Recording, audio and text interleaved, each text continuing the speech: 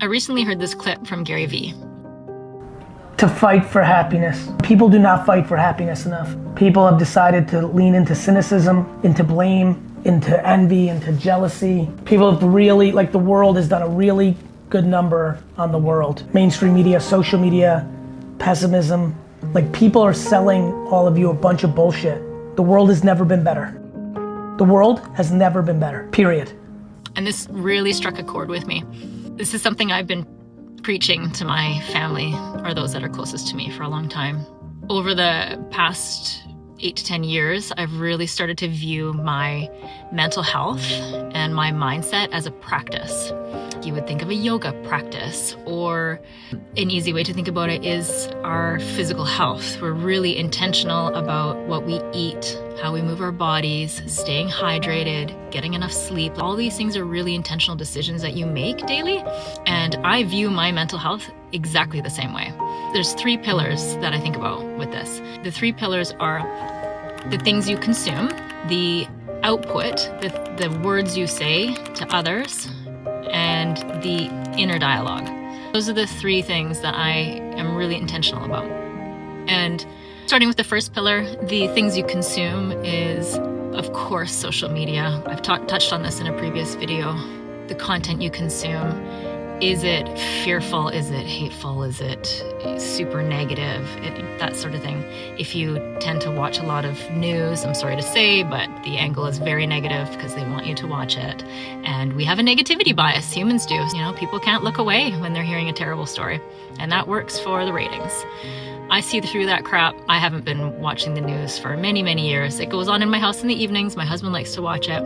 I don't typically sit through it because I don't have the mental space for it. And I know that subconsciously it brings my vibe down. Same is true, even books I read. I will choose stories that make me feel good or that I find inspiring or super interesting or even funny, things like that.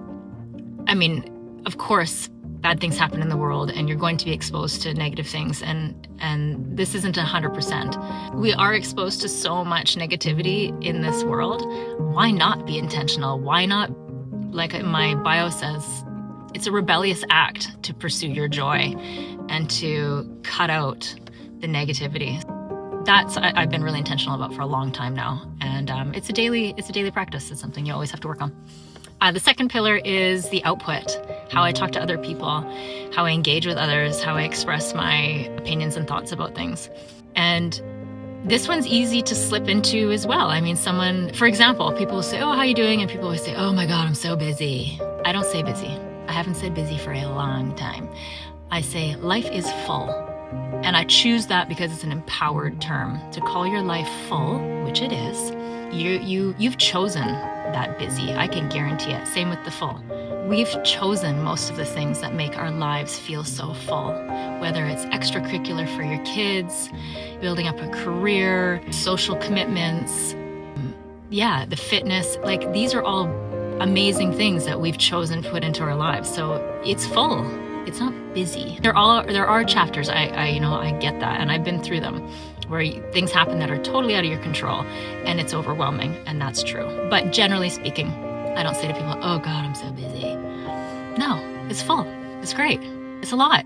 But hey, we've chose all of it, basically. That's a really intentional small piece. And just kind of noticing how others want to connect. People immediately a lot of the time, I want to start complaining, and noticing how people naturally want to connect over negative things. They often want to complain. They want to complain about whatever silly gossip has come up, or work stress, or kids in sports. People want to moan about coaching, whatever. No. I'm not engaging in that. I'm not interested in that. I want to know what's going well. And I'll probably touch on this another time, but I think it's interesting how a lot of people find your joy threatening and uncomfortable. Take note if you start to do this. But also, I enjoy asking others, "Oh, what did you love about that sport experience?" Or "Tell me about your holiday. How incredible was that place you saw?" Or "What was the food like?" I want to know the highs, not just the lows. The third pillar, of how you intentionally become more aware of your impact on your life and your mindset is that inner dialogue. And that to me is the hardest piece, because we have that negativity bias and we have that annoying voice that casts so much doubt onto our lives. That, again, lifelong practice, I'm sure, working on it always. And and just catching yourself. If you have any hot tips on that, please leave them below. I'd love to know what you think about this. Yeah, I agree 100% with Gary Vee. Maybe it's a Gen X thing. I don't know. We can be a bit ruthless in our approach to life. But I think your pursuit of joy should be as important as your physical fitness, as your relationships, as your finances, as the career you pursue. A relentless pursuit of your joy is worth being mindful and intentional about every single day. If you relate, let me know. Thanks for being here.